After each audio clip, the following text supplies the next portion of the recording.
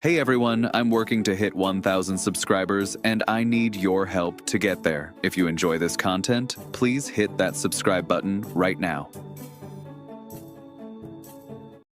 They've been standing on the sidelines. This is the story of how the Vikings front office made one catastrophically bad decision that torpedoed what could have been a magical Super Bowl run, and why this team needs a complete philosophical overhaul if they ever want to see January football again. Picture this scenario, if you will. You're sitting in Vikings headquarters during the offseason. You've got a defense that's playing at an elite level, crushing opposing offenses week after week. You've got one of the most electrifying receivers in football history in Justin Jefferson. Your offensive system, while not perfect, has shown it can win games. Everything is aligned for a legitimate playoff push. But there's one position you decide doesn't matter, one role you choose to ignore, one spot on the roster you treat like an afterthought. That position is backup quarterback, and that decision has haunted Minnesota like a ghost all season long. Let's rewind to draft night when the Vikings made a move that seemed innocuous at the time. They traded for Sam Howell, bringing in what looked like a capable backup option. Then, in a head-scratching reversal that should have set off alarm bells across the entire fan base, they shipped Howell to the Eagles and signed Carson Wentz instead. Carson Wentz. Let that sink in for a moment. A quarterback whose career trajectory has been falling faster than a lead balloon, whose best days are firmly in the rearview mirror, whose presence on a roster has become synonymous with mediocrity. This was the Vikings' answer to the backup quarterback question. The consequences of this decision have been absolutely brutal. When injuries inevitably struck, when the Vikings needed someone capable of stepping in and managing games, they were left holding the bag with a backup who simply couldn't deliver. And here's the kicker that makes Vikings fans want to punch holes in their living room walls. This team is missing the playoffs by half a game. Not 3 games, not 4 games, half a single game. If they had brought in someone like Joe Flacco, who proved last season with Cleveland that he still has playoff caliber football left in him, Minnesota would be preparing for a wild card weekend right now. If they had signed Mac Jones, who, despite his struggles, has shown he can win in the NFL, this team would be alive in January. Instead, the Vikings are left playing out the string in a meaningless regular season finale, watching their Super Bowl caliber defense waste away without the offensive support they desperately needed. Think about all those gut-wrenching losses this season.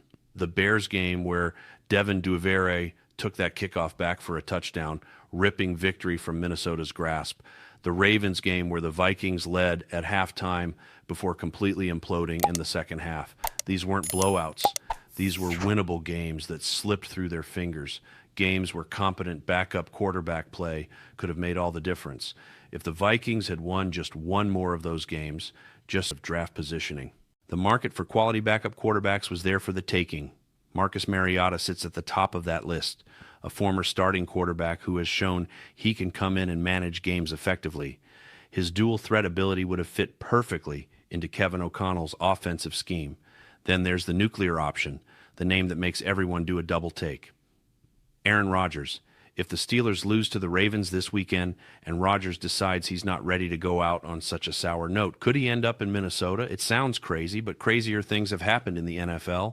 The Vikings could use him as a bridge quarterback for J.J. McCarthy's development, giving them a legitimate chance to compete while their young star gets ready. Joe Flacco's name keeps coming up because of what he did with Cleveland last season. The man proved he can still sling it when given the opportunity. Case Keenum, a former Viking who knows the organization and the fan base, represents a solid veteran presence. And then there's Daniel Jones, the most intriguing option of them all. Jones could come to Minnesota, rehab from his torn Achilles and broken leg, and potentially position himself as either a high-end backup or even a starter if something were to happen to McCarthy next season. All of these options were available, but the Vikings chose to ignore the backup quarterback position entirely, and now they're paying the ultimate price. But the quarterback disaster is just the tip of the iceberg when it comes to the Vikings' problems. The second major issue plaguing this team is Kevin O'Connell's stubborn refusal to stay ahead of league trends, and this one is absolutely baffling. O'Connell came from the Sean McVay coaching tree, learning under one of the most innovative offensive minds in football. McVay has made a career out of identifying trends before they become mainstream, adapting his offense to stay one step ahead of defenses. This season, McVay's big innovation was his extensive use of 13 personnel, featuring 3 tight ends on the field. The Rams have deployed this formation on roughly a quarter of their offensive plays, creating matchup nightmares for defenses and opening up their running game. The Vikings, meanwhile, remain married to 11 personnel, putting 3 receivers on the field and running a traditional spread offense. They were late to recognize the trend, slow to adapt, and ultimately paid for their stubbornness. The numbers tell a damning story. When the Vikings run 11 personnel, their EPA per drop back is a dismal negative 68.4, one of the worst marks in the entire league. Their 12 personnel and 21 personnel numbers aren't much better, but when they finally did use 13 personnel, they posted positive EPA numbers. The data was screaming at them to adjust, to evolve, to try something different, but O'Connell kept going back to what he knew instead of what was working. This raises a critical question about O'Connell's coaching performance this season. Forget about his Coach of the Year award from a previous season. Forget about the success he's had in the past. Looking strictly at 2024, how would you grade Kevin O'Connell as the Vikings head coach? Is this an A performance? Absolutely not. B, questionable at best. Most honest observers would probably give him somewhere between a C and a D for his inability to adapt, his poor roster construction decisions, and his failure to maximize the talent on this roster. That's not good enough for a team with Super Bowl aspirations. The third resolution the Vikings desperately need to embrace is simple but crucial. Let Justin Jefferson dominate. Let number 18 cook. It feels like an eternity since Vikings fans have witnessed prime Jefferson, that unstoppable force who makes defensive coordinators lose sleep at night. This season has been a disaster by Jefferson's lofty standards. He's scratching and clawing just to reach 1,000 yards, averaging a paltry 59 yards per game compared to his career average of 97. He has just 2 touchdowns all season. 2. For a receiver of Jefferson's caliber, those numbers are absolutely unacceptable. The silver lining, if you want to find one in this dumpster fire of a season, is what this might mean for Jefferson's motivation going forward. This man hears everything. He knows that casual NFL fans aren't putting him at the top of their receiver rankings anymore. He remembers when people were actually debating whether George Pickens was better than him. That kind of disrespect doesn't sit well with elite competitors. Jefferson is going to take this personally. He's going to spend this offseason in the lab working on his craft, coming back with a vengeance. The version of Justin Jefferson that shows up in 2026 is going to be better than his 2022 breakout season. He's going to be more dominant than his 2024 campaign. This man is about to go on an absolute rampage, and defensive backs across the league should be terrified. The fourth resolution addresses a weakness that's plagued Minnesota all season.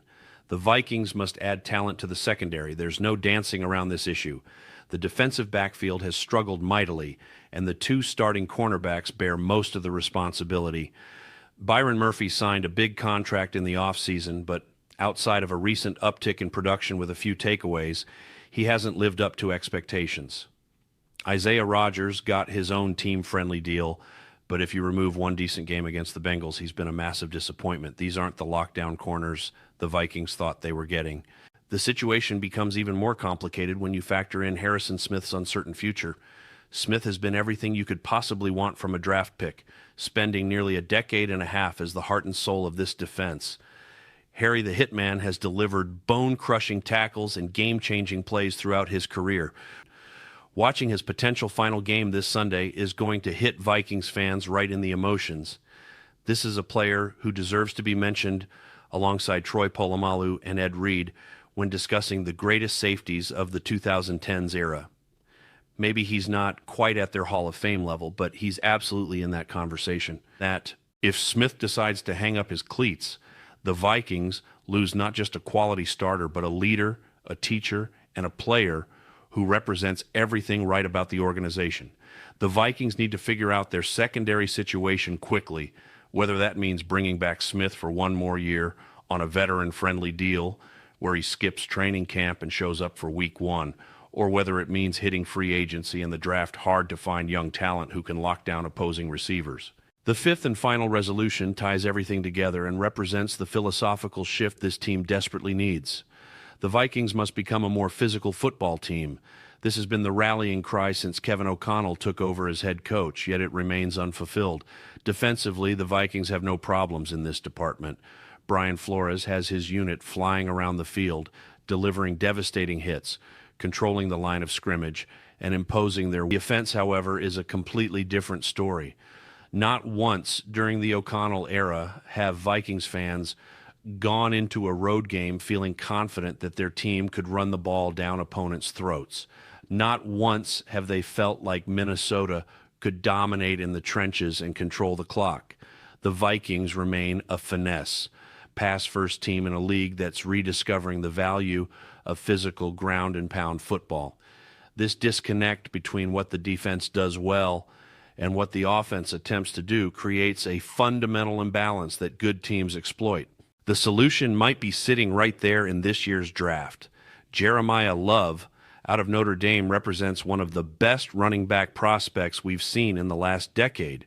With the Vikings likely picking somewhere in the mid to late teens, they'll have a legitimate shot at landing him. Taking a running back in the first round might seem crazy to some analytics-driven front offices, but it would send a clear message about the team's direction. More importantly, it would force O'Connell to commit to running the football. You don't draft a generational running back talent in round one and then throw the ball 40 times a game.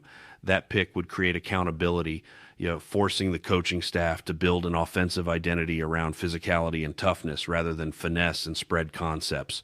The Vikings stand at a crossroads heading into the offseason. They have pieces in place to compete for championships. Their defense is legitimately elite when healthy. They have playmakers on offense who can change games in an instant, but they also have glaring weaknesses that must be addressed if they want to take the next step. The backup quarterback position can never again be treated as an afterthought. O'Connell must prove he can stay ahead of trends and adapt his scheme to what works rather than what he's comfortable with. Jefferson needs to be unleashed and allowed to dominate the way everyone knows he can. The secondary needs an infusion of talent through free agency and the draft. And perhaps most importantly, this team needs to commit to being physical and imposing their will on opponents rather than trying to outsmart and outmaneuver everyone. These aren't radical suggestions. They're common sense adjustments that successful franchises make all the time. The Vikings have shown they can compete with anyone when things break right, but they need to stop relying on luck and start building a roster and culture that can withstand adversity. The painful lessons of this season, from the backup quarterback disaster to the missed opportunities on offense to the secondary struggles, provide a roadmap for improvement if the front office is willing to learn from their mistakes. The difference between making the playoffs and missing them by half a game often comes down to a handful of plays spread across an entire season. For the Vikings, many of those plays could have been different with better backup quarterback play. Many of those losses could have been victories with smarter schematic adjustments. The talent is there. The coaching ability exists. What's missing is the willingness to make hard decisions, to admit mistakes, and to prioritize areas of weakness before they become fatal flaws. As Vikings fans prepare to watch what might be a meaningless finale against the Packers, they're left wondering what might have been. What if they had signed Joe Flacco? What if O'Connell had embraced 13 personnel earlier in the season? What if Jefferson had been featured more prominently in the game plan? What if the secondary had been addressed more aggressively in the offseason? These questions will haunt Minnesota throughout the long winter months as they watch other teams battle for playoff positioning and ultimately the Super Bowl. In the Vikings' New Year's resolutions aren't just wishful thinking. They're necessary corrections that could transform this team from perennial playoff contenders who fall short into legitimate championship threats. Every great team in NFL history has faced adversity, made adjustments, and come back stronger. The Vikings have the foundation to do exactly that, but only if ownership, management, coaching, and players all commit to the changes needed to push this franchise over the top. So what changes do you think the Vikings need to make this offseason? Drop your thoughts in the comments below, and let's get a conversation going about how Minnesota can finally break through and become the championship contender their talent suggests they should be. If you enjoyed this deep dive into everything wrong with the Vikings season and how they can fix it, smash that like button, subscribe to the channel for more honest Vikings analysis, and hit the notification bell so you never miss an update. The offseason is going to be wild, and you won't want to miss a single moment as the Vikings attempt to rebuild and reload for another championship run. Happy New Year to all you Vikings fans out there, and as always, let's go Vikes. Go.